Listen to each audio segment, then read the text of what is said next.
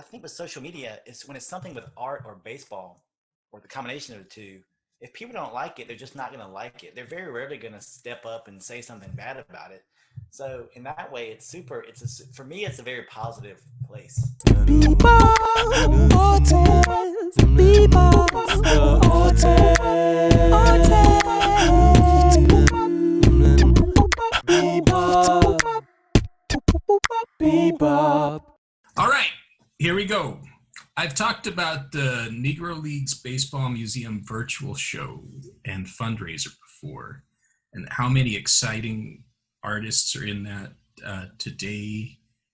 One of the ones that jumped out at me immediately was an account called I Draw Baseball Cards, and Mark Mosley is here with us today. He is the creator. It's good to put a face to the creations. How are you doing? Yeah, doing well, Sergio. Thanks a lot. Yeah. So yeah, your work I was immediately drawn to because as far as the aesthetic that I like I like things that have an innocence to it, and just that name, I Draw Baseball Cards. It's cool. How did that start? Well, it started a few years ago. I actually two things. One, I was making a baseball game, like a board game, and I was thinking it'd be cool if I made every piece of it. I wonder if I could draw baseball cards that would be like the cards of the game. And so I messed around a little bit, and then I found a Twitter account called Gummy Arts. Um, Yes. Mike Noren is the guy's name, but he goes by Gummy Arts, and I thought, wow, these are great. They're baseball cards that somebody drew, and the nostalgia just, it was flooded with nostalgia. And I was like, you know what, I could probably do that. Not as good as him, but I could do my own version. And so a couple years ago, I drew a card and I just posted it, and I posted it on Twitter, and a few people said, hey, I like that. And I was like, well, I like it too. And so I just started drawing stuff and sharing it. And it has been a blast. It has been um, a way to interact with my favorite pastime of baseball, but also to get something out of me, I guess. Yeah. Because I'm not a career artist. I rarely sell things. I've sold a few things here and there. Um, it stresses me out, this idea that you're you're an artist and that's what you have to do for a living. Well, it's not a cakewalk, but I mean, we all have jobs. I just view it that way. Yeah. It's a job, and I don't know. People, there's different ways to look at it, but you're pretty prolific from what I could see, which I adore that because I think that's how it should be. I constantly want to see people produce. Yeah, if I can draw one card a day, that's like awesome. Yeah. It means that I've actually sat down and taken the time to do it. And it's a stress reliever, but I get to create something that's cool, and then I share it, and that's a whole different realm that I didn't expect. It's fun to actually put something out there and to somebody to go, hey, I like that, or that's cool, or hey, can you draw one of these? That's a fun way to interact. Well, it's interesting because through the years, well, actually, pop art, I didn't really start to do till a few years ago, like about four. Um, and what I loved was how people connected with it. But no one is as, I would say, fanatical as sports fans. Yeah, Or totally. even just like the cards, you do a few where they're not baseball players. Am I correct? From time to time, I do. Yeah. Um, you but know, even just having that lean on it, people get so excited about that. And oh yeah. Like I said, it's the nostalgia.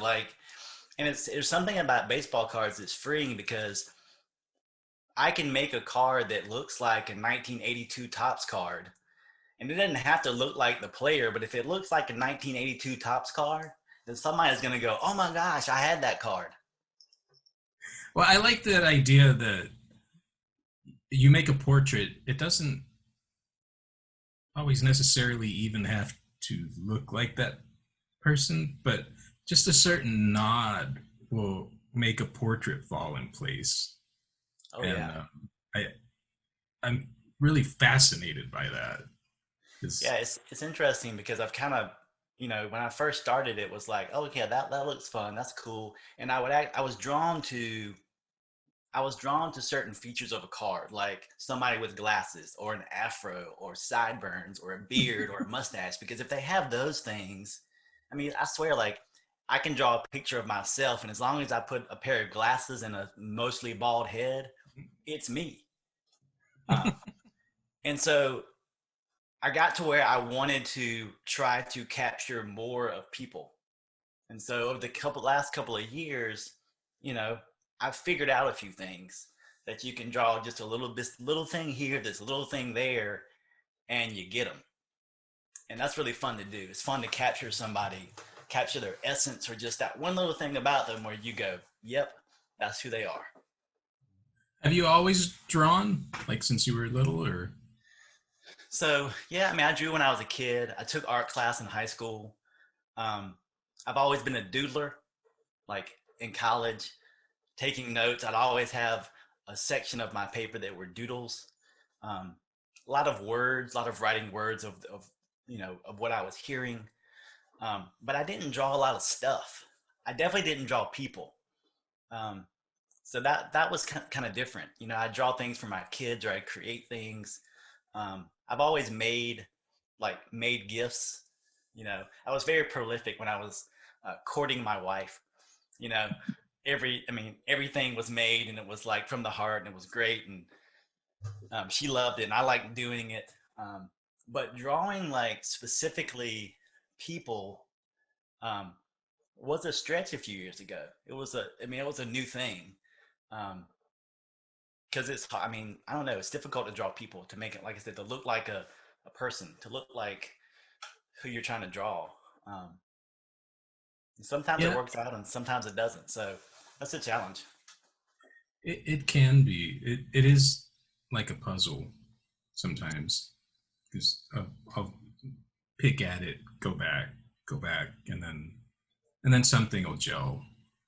Yeah, and And my style is interesting. You talked about the so innocent. I think I like that, actually, a way to describe what I do, because what I do is pretty sparse, you know? Like there's not a lot of lines that create the face that I make. Um, and so in that way it's a simplified version. It's not I'm not going to have an image that has like heavy shading on one side of their face, and it's going to be dark and edgy. It's just not. It's about fun, and like I said, I think it's nostalgia. I think for me, it's about the nostalgia. It's about pulling on that image that somebody has, and there's a lot of us who are my age, um, in their 40s, who, you know, look back at the 80s and think that baseball was great and everything was great, but it's specifically for us baseball people, baseball was the best then, you know. Um, Eric Davis is my favorite player. You know, I shared a card this week of him, and he was the best. He's still my favorite player. Um, he could do it everything, and I have those memories. And I shared that card this week, and people flood in saying he's my favorite player too. Um, well, I think that's cool about baseball, because, and it's part of, I think what you're experiencing is just the dialogue of it, you know, like to be, when I get in studio and I work in the baseball genre, it's like pushing a button, and then all these people come out. Like I did a Jose Cruz a few days ago, I think. And yeah, they're popped up, the Jose Cruz fans. oh yeah, And which is cool, because sometimes I mean, we're in the same age bracket, but I'll put these out there thinking like no one's gonna know who these guys are. Because sometimes they're not, even major players in the game, but somebody else had that connection, because that's how big the game of baseball is. Oh yeah. A buddy of mine, we met years ago in high school, and we bonded over the obscure baseball players. Like we just started talking, and we realized we liked baseball, and so we would just name random baseball players, and we would get so excited that there was somebody else there who knew who that was. Yeah. Have you done when we were doing the first round of the virtual show, the bagpipes and baseball and bagpipes podcast? Did you do theirs? I have not done it. I have talked to those guys. I have talked to those guys before, but I've Yeah. not been. I've not. I did not do their podcast for the show. No. They did a fun thing, or I guess they might do it every episode. They open up a pack of cards, usually from the 80s or 90s, and they opened up a genre studio. You remember those sets? I do. And but yeah, it was cool because we were all talking about the players, and it wasn't necessarily stars, Right. but You yeah. would like that set because you were a photographer, right? Yeah, well, I always thought that set was cheesy. So yeah, but yeah, I'm a photographer, or I was a photographer. Come on, the one with the bird. The guy's got his bird on his shoulder. Fantastic! Yeah. It's a baseball card, and he's sitting there with his bird on his shoulder. It's the greatest. I wanted the gig, but but it was. Now it was listen, there's a one that Ozzie Smith has his glove right over his face. It's the best card in the set. That's just a hard gig because that's a ton of baseball players, and well, the concept I think is what it is. Yeah. Here I am picking apart Donruss Studio. I'm sorry to the photographers who worked hard.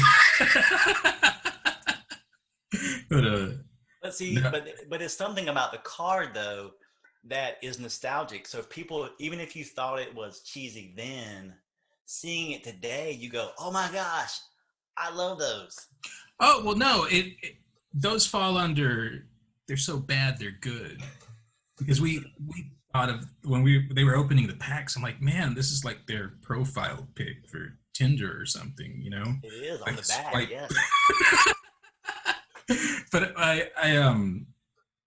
but in contrast, I think it was 1990 score. We're gonna put the non-baseball fans to sleep here, but but they had, I think it was 1990. They did the Dream Team one, and it was black and white photography, and those were not cheesy. I mean, they had the potential to be. I remember Jose Canseco with his shirt off, swinging in a desert or something. Yeah. But the photography was just so strong, and yeah. So yeah, coming from, I guess, a more artist eye, I was more drawn to that. So I was like, wow, I won't make fun of that. Yeah, it's interesting that baseball cards and art, I mean, this year, obviously, baseball cards and art have sort of merged together in lots of different fun ways. But it's interesting because I think people don't see baseball cards themselves as art. There's a lot of design principles. And then, when we get to put our sort of own touches on it, it makes it something really different and fun. And it doesn't, and that's when it doesn't have to look just like it. It can be something else, which is what I'm kind of doing now. I'm kind of trying to like either blow up. I don't know if you noticed, I got an iPad about a month ago, and so I don't know what I'm doing. I'm just messing around with it. It looks good. Yeah, I appreciate it. One of the things I'm doing, I got it because I wanted to sort of hit you in the face with some color, which my normal is, I mean, literally. So here's my. That's so cool. So what he's showing is my Bristol Smooth art pad. This is what I do. This is what I've been doing for 4 years, just carrying around one of these. So Mark's he just showed the paper, the Bristol paper with about 6 cards on it. Yeah, so that's what you do, and you cut them out of that. Yeah, so I literally trace. I have a random old baseball card, and I trace a rectangle, and then I do it. I do my thing. Um, and so, but like the color is lacking. Like I did color pencil, and then I got some cheap alcohol markers, and I was like, oh wow, this is really cool because I can give you that burst of color that feels so different. Um, and I like that. And then I got an iPad and just have been beating up people over the head with the color. Um, Yeah. the last sort of 2 weeks, I guess, I've been taking my old cards and sort of updating them on the iPad. So, um, Well, I that like was I said, that was very salient because we, I guess since I've been following the account, I'm used to the regular format, and then all of a sudden it was pow, and I was like, well, that looks like Mark's stuff, and then I'm like, it is Mark's stuff. yeah, yeah. I feel like I've gone through like in the past year since the, I guess since the pandemic, I've gone through like 4 art phases. Um, and it's been really fun because I don't know who I am as an artist, you know? I just try out something. I go, oh, I like that. Like I did the whole I did 25 1949 Bowman cards in a real liney, um, Yeah, sort I of, remember those. sort of cubist, but mainly just liney style. And then for a little while, I want to do every card in that style, you know? So I've gone through these phases this year, and I'm just trying stuff out. It's really That's fun to do. very, yeah, what you're describing is very natural. I do it constantly. And sometimes I just don't feel like doing something. And so you won't see me work in that mode for a bit, and then it'll come back, and then it'll evolve. And that's, um, so yeah, what you're describing, you're just being an artist. That's cool. It's cool to Yeah, watch. I love that about social media is if we think about it, artists have never had this much visibility, the potential for it. They've definitely never been documented to this degree. And that's kind of exciting because that changes a lot more than I think people sit there and think about the way museums are set up, the way the history of art will go down. oh yeah, Because way in the future, historically, you just get lost in the canon. Oh, you didn't make the cut hmm because you have to go physically gather this artist. But if there's a record online, that becomes easier. And then, yeah, yeah. Like, can you imagine? Can you imagine Picasso making little videos like you do? yeah. I Well, mean, I think about that. I'm like, they didn't have this. That's exciting. I know, wouldn't that be cool though to hear what he was, because he was prolific. He's doing stuff all the time. I would love to see him or any artist, saying, "Hey, this is what I'm doing now. Here's what I'm doing now. Check it out. Here's what I'm doing now." Um, because what you're gonna have is you're gonna have this story of you as an artist that's out there. Yeah. It's gonna be, Well, yeah, I remember I have there's like early YouTube stuff of me out there where you can see me trying to figure out, and you still see me trying to figure out what it is we're doing in this digital realm. But I do think that's neat, and I encourage any artist because yeah, it's marketing, but also when my kids are older, when I'm not here, and I have grandchildren, how cool is that? You know? yeah, And then I make a show where I bring my friends on. They're like, this is who he was hanging out with, yeah. And it's interesting because like I understand that it's marketing for you. And so I'm always thinking like it's not for me. Like, like I sell stuff here and there. I do it when people ask me. I'm thinking about doing more of it. Um, but like for me, it's like watching the Sergio show every day or so. I appreciate that. Um, and it's Yeah, interesting because in the earlier podcast you've talked about how when people buy art they want to buy, it matters who you are. There's a connection to it, and like this is the first time we're talking, but like I mean, because of the interaction, I mean, you haven't had as much with me, but because I have listened to your podcast and because I have um, watched your little, 30 seconds things every day for the last couple of months, um, like I feel like you're one of my art buddies. Well, and I am. Well, that I think that's neat. Like I said, when I started the YouTube stuff, and it was like crickets out there. I felt, this wasn't a common thing to put your face out. That it was looked at still as a little weird. And so I did a Star Wars festival, and this guy comes up to me and he's ranting about the YouTube thing I did.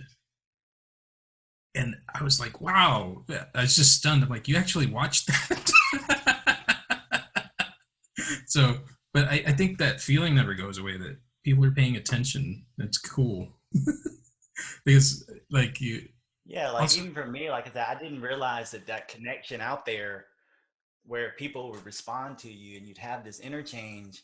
I didn't realize that was something that would be. I guess I didn't expect it, so it was something that's added to the experience for me. yeah. But would you say that it's part of what drives it? Like, just, I mean, I like to say that it's not, but I kind of like I think, man, what else am I to make? And then it's that people. I guess sometimes I do want to make art that people like. I mean, it's for me, and well, I do it for me. and what I'm saying is, like, for me, it's their happiness. I'm so touched that they were made so happy by this. And so, people will shout out a player, and if I'm feeling it, we'll go with it. Or in general, they'll just shout out, "Yeah, draw this." And I just think it's neat. It's like sending a message back in a bottle, especially during COVID times. Yeah, um, yeah. the Somebody this week asked me for a Big Hurt, Frank Thomas. So I did a Yes. I did a remix of his 1990 top card, which I had drawn earlier. Like I did the Topps 2020 cards. I did those back in March, Mhm. um, but now I'm redoing them Yeah. because it's kind of fun to take my own stuff and then do something else with it. Remix it again. I Yeah, like it. Where are you located? I'm in North Carolina, Okay. Which Durham, North part? Carolina. Durham. Okay. My sister lived in Durham for a bit. She was Yeah, it's a at cool place. I mean, Duke. I'm too old and not cool to be a part of the coolness of Durham, but there is a super cool vibe here. I just I don't get around it that much. Yeah. Well, I wouldn't know about cool either. But I've always stayed in my lane. I just want to have a good time. But so you started drawing them. You just put them out there. Talk about the first time. Did somebody request to buy something, or did you put a price tag on it and put it out No, there? no, somebody. What's funny is somebody who I knew, who he worked at ESPN. So it was a person who I knew who he was because he worked in the baseball world at ESPN. So I knew his name and knew what he looked like. And he messaged me out of the blue saying, "Hey, I like this. Would you draw me this?" And so I Yeah. was like, "Holy moly! This person who's like to me is a famous person. Most people Yeah. wouldn't know who it was, but to me it was like a famous person." And I was like, "Wow!" And so I drew like 4 different versions of it because I wanted him to like it. Um, and I gave him so. Listen to this. I gave him a price. I said, "What about this? Pay me this much." Or my buddy and I had just started our own podcast. I said, "Or listen to our podcast and tell us what you think." And so he said, "I'll gladly do both." I mean, I didn't know this guy was like the nicest guy ever, right? So he Yeah. agrees to listen to my podcast and give us feedback.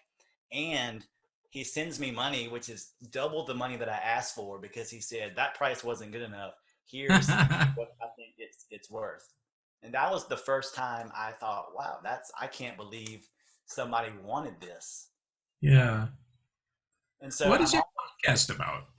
What's that? What is your podcast about? Oh, so it's about advanced baseball statistics. Okay, cool.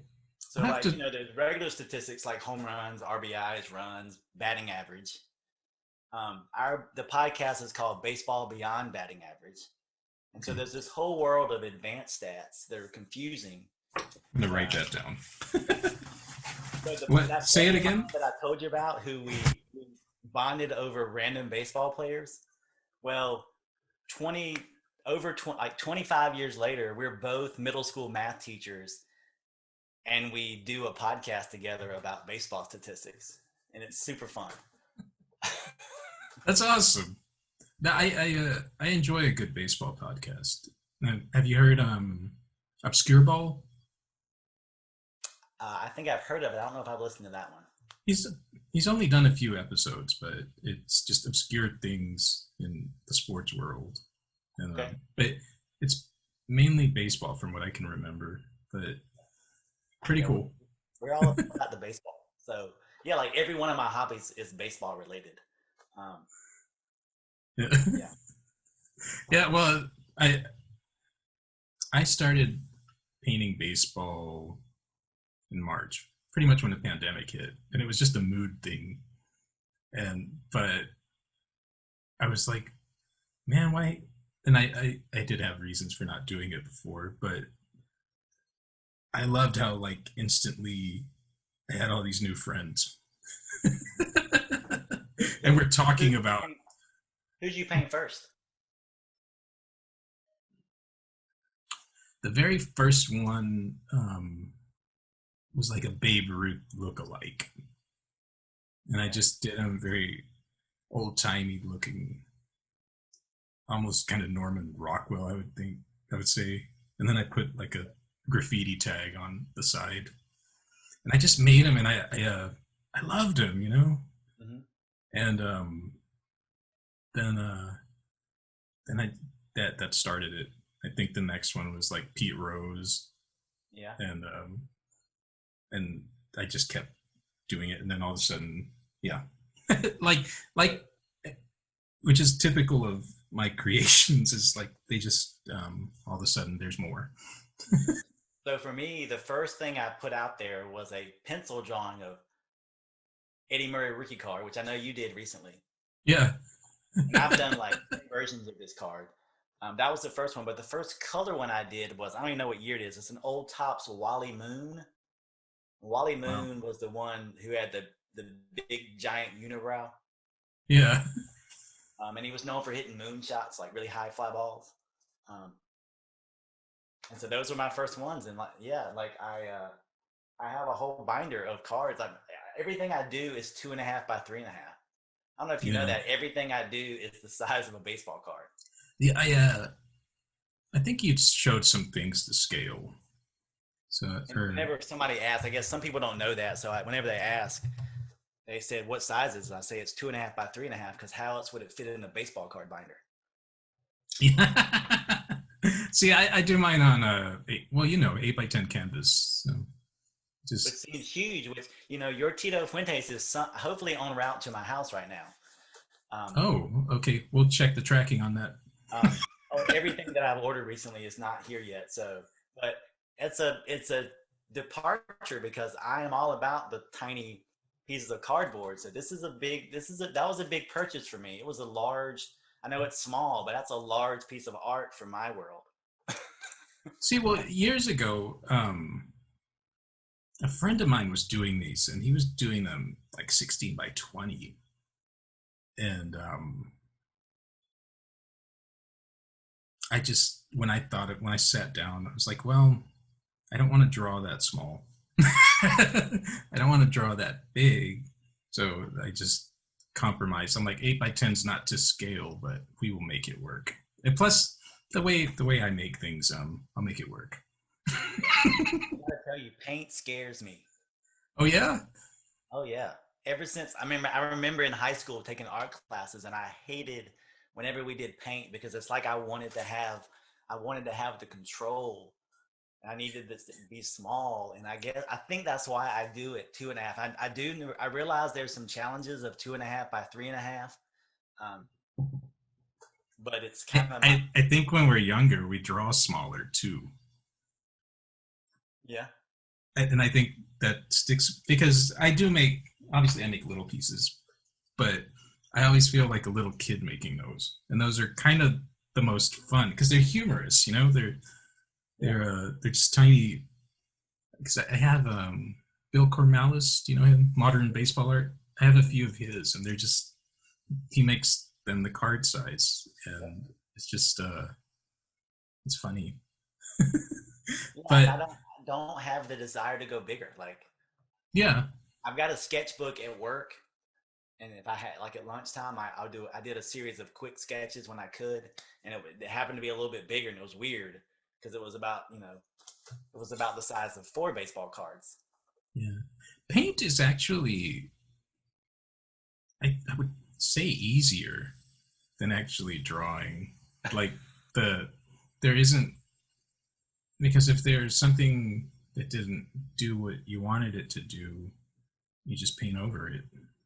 There's some dry time, or even if I'll work wet on wet a lot, but it's I would be interested to see what because it's a different voice. Even when you went from the drawing to the digital, it was cool because you have a different frequency. So Yeah. Well, it's interesting too because I told you that when I did the more liney style, I think you commented that you liked something, and I told you that yeah, you were part of the inspiration, um, because there's something about your work that is, hopefully, it's imprecise preciseness. What do you think about that? well, I always call it my aim is kind of like drunken master. Because, Like Jackie Chan doing kung fu, which is awesome because it's incredible because whenever I see, like, I know most every baseball player that exists. Like, there's a Jose Cruz that's on your Etsy site that I think is fantastic, and I've loved it ever since I saw it.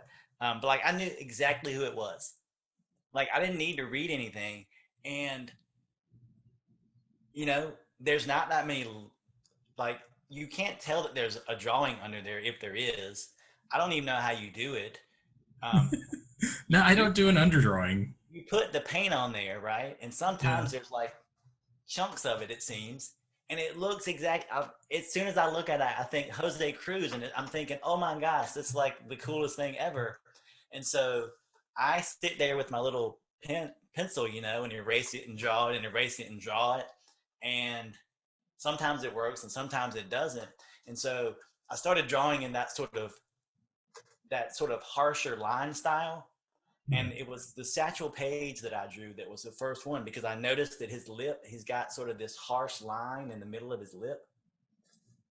And so I drew that first, and I thought, you know what? It doesn't have it. Let's just do this. And when I got done, I saw Satchel Paige. Now, everybody might not see Satchel Paige, but when I was done with that thing, I was like, that's Satchel Paige. And I don't think I could have drawn it better. In fact, I tried to draw it to look just like him. And I thought that the one with the lines looked more like him. And I thought, man, that's what Sergio does. Yeah, one of my favorite parts of an art film, Basquiat. Have you ever watched that? I haven't. I know who he is, but I haven't watched the film. So there's this scene, and the interviewer is Christopher Walken, and he's interviewing Basquiat. And so he's like, well, what's that behind you? And, he starts explaining. He's like, well, what is that? And he points to this figure. And he said, well, that's now I might get the story mixed up, so sue me. But he's like, well, that's a flea. He says, really? Because it looks like a chicken. And if you're watching the movie, yeah, it kind of looks like a chicken. And he just looks at him and he says, no, trust me, it's a flea. And that was actually like I forget when I watched that. But that was so inspiring because I'm like, yeah, that's what I said it was. That's Pete Rose. That's it's fine that you think that it's not, but trust me. Yeah. So I guess I'll be honest. I guess that's I don't take that many risks when it comes to what I'm doing. I don't think. Um, Even that, it was like I don't know. It looked pretty much like the card. I mean, I had to make those smaller. They've got this. One of the things I liked about those 49 cards is they've got this real bright background, and then their faces are grayed out, sort of. Yeah. So it's just something different. But who knows? Maybe I, maybe I can take some risk. I don't know. It's cool to hear you believe you don't take risks because you're I mean, I really like your art. It's strong. It's got a strong voice and it's assertive. And I think just being that way within creation equals risk. Just using your voice like that bluntly. So. Yeah, and like But I think maybe what you're thinking is experimenting more, which that will come. I mean, it seems like you create a lot, so that will. Yeah, I mean, I mean, the pandemic definitely made me give me more time. I mean, like I said, I'm a teacher, and when I'm teaching, it's hard to find the time. But I try to steal a few minutes here and there. It's like I said, I think maybe the reason why I like the 2.5 by 3.5 is because it's something I can sit down and I can at least get into enough to make it worthwhile. If I only have 15 minutes, I can, sketch out the beginning of a card, and then I can come back and put ink on it, and I can come back and put pencils on it or markers or throw it on the iPad now and do something else with it. But yeah, I was gonna say that I wonder though if it's not a risk for me because I don't do it for a living. You know what I'm saying?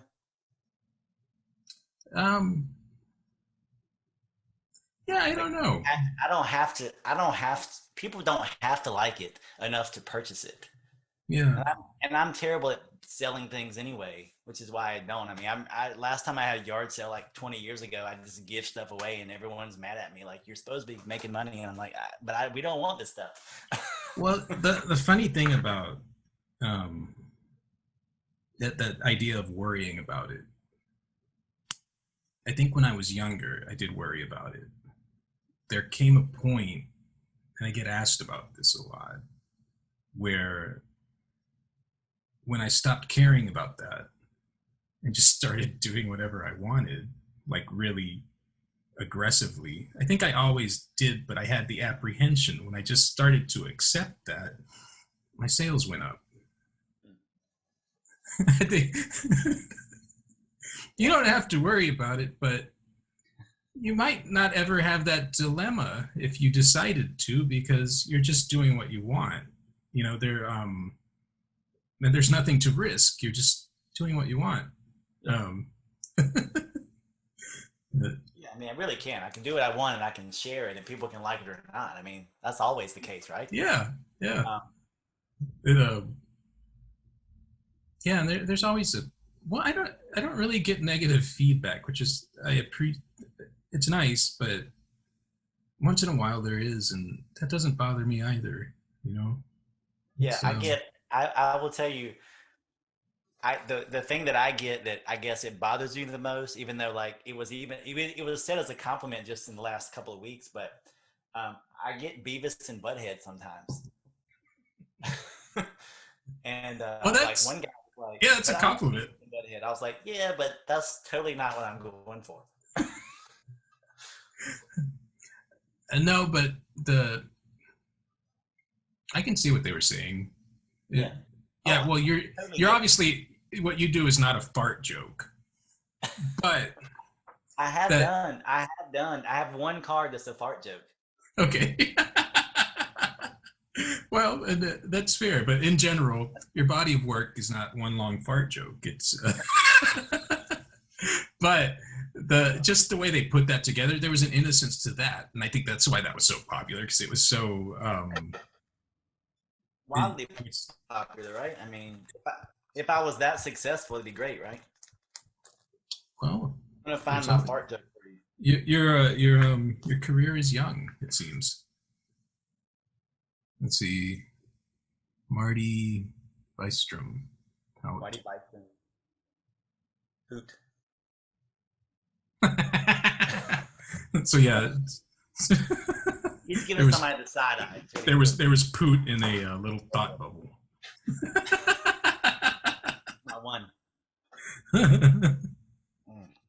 What were you watching growing up, baseball wise? So as far as like live baseball in the Southeast, we had the Orioles. You could see the Braves on TBS. You could see the Cubs on WGN. And like everybody I knew, that was the baseball that you could watch. And it was like the game of the week on the weekend. But I was watching the Baseball Bunch with Johnny Bench, San Diego Chicken. Did you watch that show? No. I watched This Week in Baseball with Mel Allen. Of course, yeah. And like I remember, like even we had scholastic book fairs at our school. The big, you could buy books and have the little advertisement, and I would literally buy every baseball book that was there, and they were usually like 10 hot superstars, and it was like 10 little biographies with little stats in there. So you remember, I guess everything. Yeah. Do you remember which biographies you picked up? I don't know. I don't know. Lots of them. I remember. I guess I can't remember specific ones because I swear it was everything that I read when I was a kid. And what's funny is, speaking like I'm not an artist, I'm a teacher, but like I never even thought about working in baseball. Baseball was my big love, but like it seemed like not a real thing, like I never even dreamed of it. Like I went to school to be an engineer, and then halfway through I thought, I think I want to work with kids. And then I switched majors and became a teacher, and that's what I've been doing for 21 years. Wow. But I didn't even think about baseball. Like I always loved art, but like it wasn't a thing that I was gonna do. It wasn't a real, like didn't feel like a real job. Working in baseball didn't feel like a real job. And that's some realization I've had just recently, that if I really wanted to work in baseball, I could have done it, and I should have done it. I mean, I'm happy. I'm not, I should have, but if I wanted to, I should have done that and thought this is a real possibility as a thing. But I guess it's always been a hobby. Yeah. An intense hobby that I've lasted all my life. Yeah. I think a lot of artists struggle with that in art. Going back to the idea of I have to sell this to survive. But I think I know a lot of unhappy artists because of that confusion. Because, either you decide it's a job or you don't, or it is a hobby, and that's okay. You're still an artist, it's just you don't get to do it as much as you'd like. Yeah, definitely. Yeah, you don't seem like, a lot of artists are unhappy, but you don't seem like an unhappy artist. No, I mean, I get to do what I want. It's awesome. And, that has a price. There are things that, that get shifted when you have that resolve. But to me, especially having little ones, it is about setting the example, because one day somebody will tell them that, doing whatever it is they want is not a real job or a real thing they can chase. And I can tell them that, I very sloppily put impressions on a surface and sold them to people all my life. That is what I did for a living. So whatever you're thinking of doing can't be crazier than that. What do your kids think of your art? Well, they're very little, so they love everything. I have a 5-year-old and twin 4-year-olds, and Okay. we make stuff together. You made some stuff with your kids, right? That you posted. Yeah, my son, he's turning 11. He'll Okay. sit down and draw a card every once in a while. He's pretty good. Yeah. But I can't get him to sit down and do it very often. My daughter, I meant to go look at what she did earlier. She got some paints for Christmas, and I said, "What are you going to paint?" She said, "I'm going to do abstract art." So apparently she's got some masterpiece upstairs that I haven't seen yet, but she's 8. Um, That's awesome. but what's funny is that they're my biggest critics. Like if my son will tell me he likes it, then I know it's gold because he will straight up tell me if he doesn't like stuff. So yours will do that at some point, I'm sure. A mentor of mine told me the coolest thing. He said, all right, take a kid to an art gallery and ask them what they like. And that's the best piece in the gallery. And that very much influenced what I do, because that always stuck with me. Because that made me think of like the artists that I liked. I talked about like the innocence that comes from yours, and that's because you're playing. Mm-hmm. It is whimsical. It's fun. I can feel that just by looking at it, never having had a conversation. I can tell that Mark is having fun. Oh yeah. And that I think it's an important message. Because I think education wise, like I always say I can only talk about the US, but growing up, art class could be stressful, being told you were doing things wrong. And I look back at those art teachers and I wonder what they're doing with their art, because I was not doing art correctly, apparently, but I'm like, well, I now, as an older man, beg to differ. Yeah, I did in art class in high school. I did what I was supposed to do. I never finished anything. When I was I did when not. I got kicked I out of was art class. They had that distinction. But yeah, so be it. But even because my background's photography, and that teacher was she didn't seem to like anybody who came from the main college, because there was the art school, and so we got to do our photography learning like, I don't know how it was set up, but you didn't get a degree for it. But I was taking it very seriously. It became what I did. But she thought everybody was just there for an easy A, I think. So she would just tear everybody down, and I was one of those kids. And to me, that always just, it was like putting gasoline on me, But it also made me remember that I'm supposed to be having fun. So, well, back to social media. I think that you talked about not getting very much like criticism. I think with social media, it's when it's something with art or baseball or the combination of the two. If people don't like it, they're just not going to like it. They're very rarely going to step up and say something bad about it. So in that way, it's super. For me, it's a very positive place. yeah, There's I have and there's I a have totally lot felt. of us.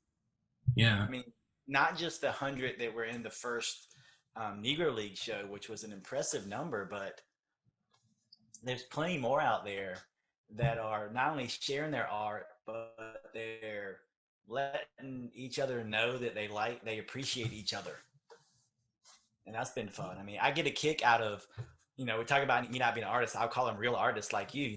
I get a kick out of you real artists telling me that you like what I did. It's like, I geek out about that. That's been fun too. In fact, one of my good buddies on the internet is Gypsy Oak. yeah, I He's love not on his Instagram. work. He's I on see him on TikTok. Twitter. Yeah. Yeah. And like I remember the first time we talked. Um, like I said, I geeked out, and now he's a buddy of mine. He's the guy who I ask if I have a question about something, about how to do something. I ask him, and he's gonna tell me what he thinks and be real honest about it. So I appreciate that. It's been fun. That that's yeah, that's a great thing to hear. I think about coming up as an artist. I think part of it's social media, but I do think that the baseball genre, I don't know what it is, but there is a camaraderie. I don't know if it's infectious from it being a team sport. Or that well, and I just remember playing Little League and going to have pizza after a game or something, and just that friendship I think carries on into adulthood. Well, yeah, I think you're right. It's baseball because people talk about how baseball is slow, and I get that, but it's also a social game. It's the only game that you can turn your head and talk to the person next to you and not miss anything. And people act like that's a bad thing. That's fantastic. It's part of it. I'm from Chicago, so I would go back for a lot of Cubs games, and that's my favorite stadium, just because even if somebody was rooting, I remember there was one game where a Milwaukee fan was sitting among us, and they're razzing this guy, but unlike other stadiums, it can get mean. This wasn't mean; it was just kind of funny, and the guy was having a good time, even though he's getting picked on. I think, but but but yeah, there is that totally doesn't make it slow. You want that to go on forever. It's a good time. Yeah, So it's why my kids, we go to the Durham Bulls here, our AAA team. Obviously, we didn't go this year, but I've taken my kids there, and like there's a playground in the outfield. My kids don't even, they know it's there, but they don't even ask me because they know that we're going to sit and watch the game. And yes, I'm going to buy them some snacks and some extra food, but we're going to sit there and we're going to talk and we're going to watch the game and we're going to see the goofy things that happen. And it's an event, and we're not playing in the playground because that's not what we're there for. Um, yeah. and they like it. And, it's been fun for my son, especially, who's bigger into baseball than my daughter. That he wants to stay longer, where we used to try to get to the fifth inning and we're good, all right, let's get out of here. And so we're Yeah. slowly going a little bit more and more. And my daughter, when she'll ask me questions about things, and I get super excited about that. So yeah, I think it's that social aspect of baseball that sort of brings on that camaraderie. It has to. I mean, it's what us baseball artists anyway. I mean, there's a reason we chose that. I mean, there's a reason I'm drawing baseball cards. I mean, that's my name. Somebody at my work laughed at that the other day. They're like, your name is literally what you do. I'm like, well, that's how people know what I do. I was shocked. How far back did you get that name? Um, I don't know. I didn't. I mean, I'm actually at Mosley_Mark. That's my actual Twitter name. But you can name yourself whatever. Oh, okay, yeah. Um, I don't know. I probably did it 2.5 years ago. I probably changed to I Draw Baseball Cards. Yeah, I was surprised that was still available. Yeah, Yeah, and then, so that far. when I switched over my Instagram account, which is fairly new, I went ahead and took the I Draw Baseball Cards. Yeah. I have idrawbaseballcards.com. I own that. I just don't have Well, anything there. you were talking before we got on here about you're developing a website. I mean, developing sounds like I'm actively doing something to make it happen. I have the domain name. I signed up for a big cartel account, so I could sell things. Mhm. I just haven't put anything on it. So people will ask me, "Do you have a website so I can buy something?" I'm like, "No, but what are you interested in?" And what's interesting is that actually keeps people away. because people like to purchase things and not have to talk to anybody about it. Because that's how I like to purchase things. Yeah. Um, Well, I don't know. there's two sides to that, because I find, yeah, I have people. I don't know where these pieces go. I see them because I put them in the mail, but there's so much of my work that's out in the world, and I don't know where it is. But then there are some people that they seem to enjoy the exchange, and I enjoy it. Especially baseball art. When we started the Negro Leagues series, I've actually learned a lot of history by the people that are asking me to do things, and they're just excited as I am. I'm like I just did one. Dahigo had a teammate nicknamed El Caballero. Do you know any of these players? I'm again we're gonna bore non-baseball fans right now, but but yeah, they bounced around different teams like Santa Clara, the Cuban leagues, but it's cool to have that exchange. But yeah, I guess the majority probably don't want that exchange, especially shopping online, maybe. Like it, but then cool things happen. Like your ESPN story. I got a message the other day, and I was asked, "Have you painted my father, Pedro Borbon, yet?" Like, I'm rereading this thing. I'm like, oh my god, I'm like geeking out. The Big Red Machine, just all these reels that I've watched and geeked out to. Stuff that I didn't grow up watching, but that I'm conscious of, and I'm like, wow, I'm like, no, but he's next, and so that started that series. But it's good. So Yeah, well, I don't know if it's okay to ask you this, but like I requested Tito Fuentes, right? Yeah. But then I was like, I knew you painted. I was like, where is it? And then I actually found it on your Etsy shop. But like, you didn't say, hey, here's the painting that I did for you. Well, I think see, now I'm remembering the exchange. If somebody doesn't say, can I commission? If somebody doesn't say, can I commission you to do this, then we don't have a monetary deal. I missed the last thing you said. Sorry about that. Oh, okay. Yeah, when somebody, because you just put it in the comments section, Tito Fuentes. And so when that happens, I just view it as a suggestion. Mm-hmm. I'm not expecting the sale. Because yeah, some people do approach me and they ask me if they can commission me, and then we'll set up the deal and I'll set up a timeline. I'm good either way, but I will say it's more comfortable when people just shout out something and I put it up there. I don't it goes back to that thing about, worrying about having to sell. I don't worry about it. If that person doesn't get it, somebody else will. So, and I don't know when that is, but somebody else.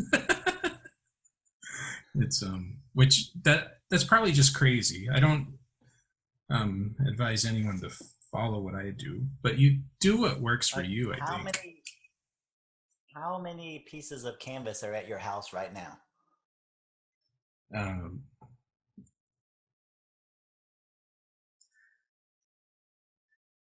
I don't know, 400 or so. 400? If I had to guess.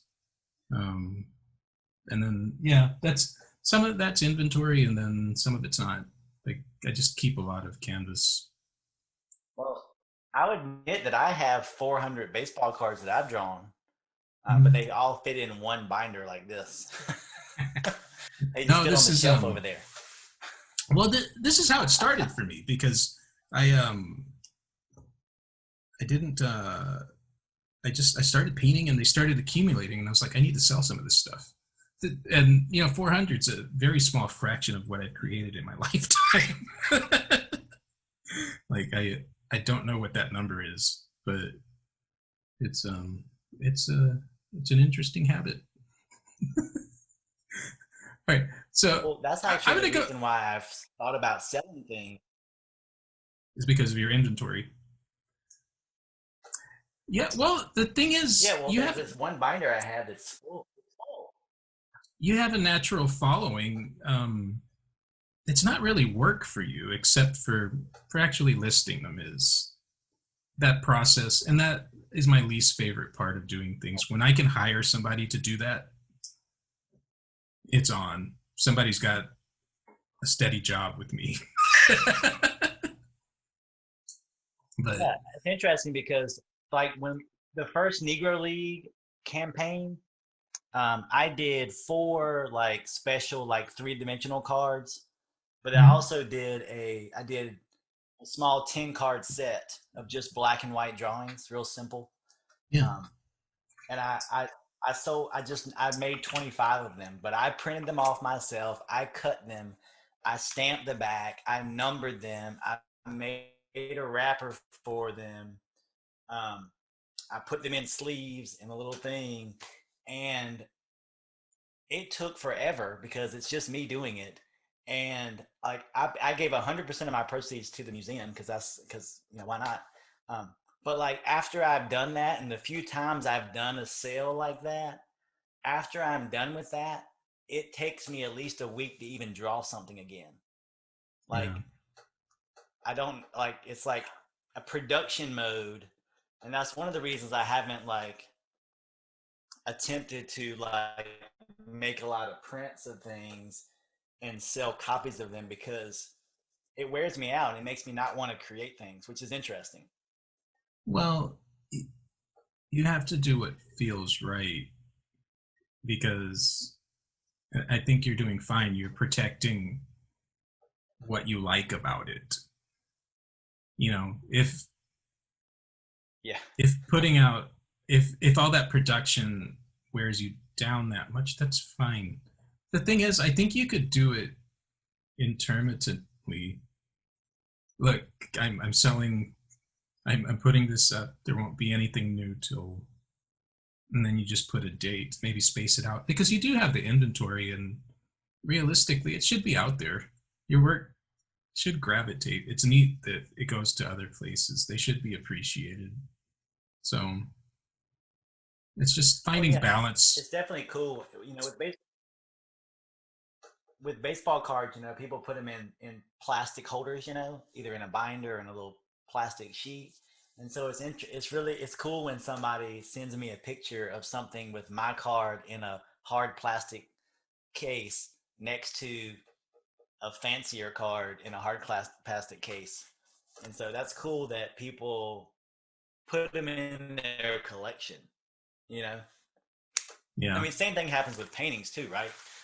Oh It yeah. goes into their art collection. Yeah. That's No, and kind of neat.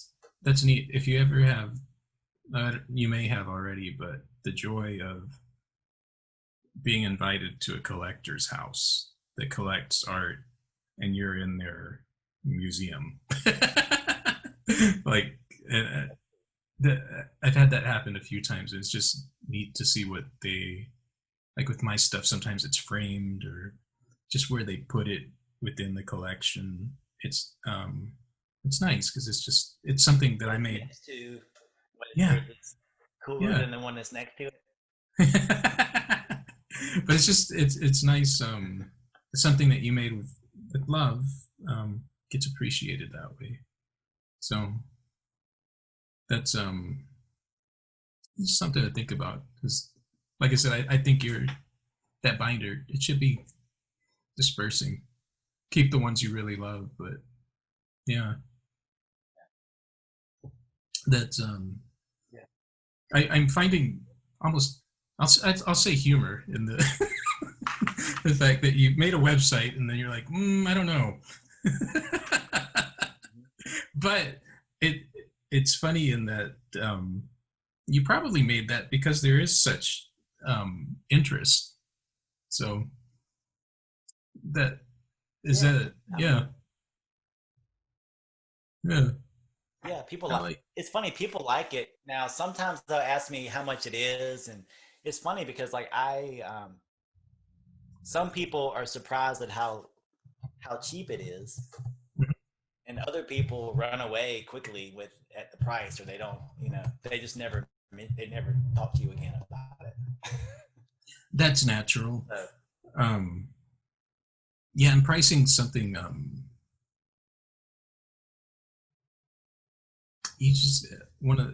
It's custom to each person.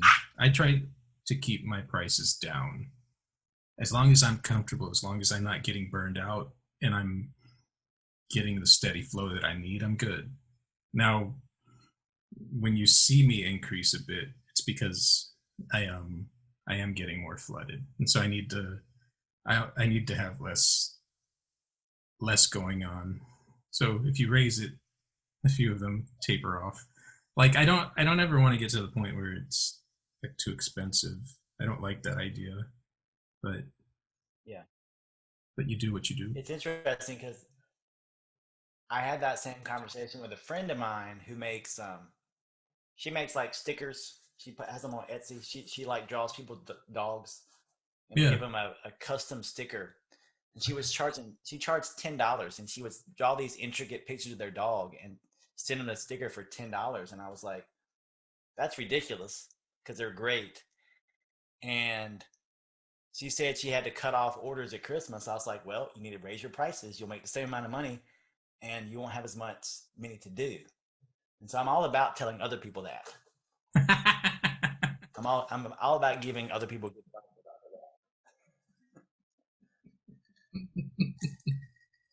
that. Well, advice is funny that way. Yeah, I always feel like well, you're not asking me, but this is what you should do. You should try. You should think about. But yeah. Well, I'll be interested. We're gonna, of course, bring you back, and I'll be interested to see the status of your website when you come back. To see if you worked out.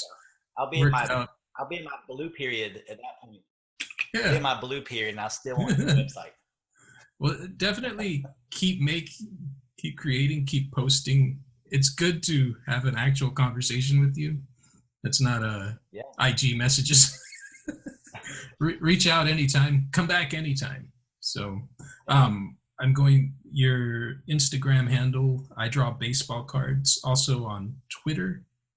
Mm-hmm. Website possibly coming soon. So watch out, people. Yeah, we'll see that.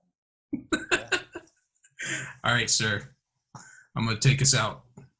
Thank you for coming. Bebop. Bebop.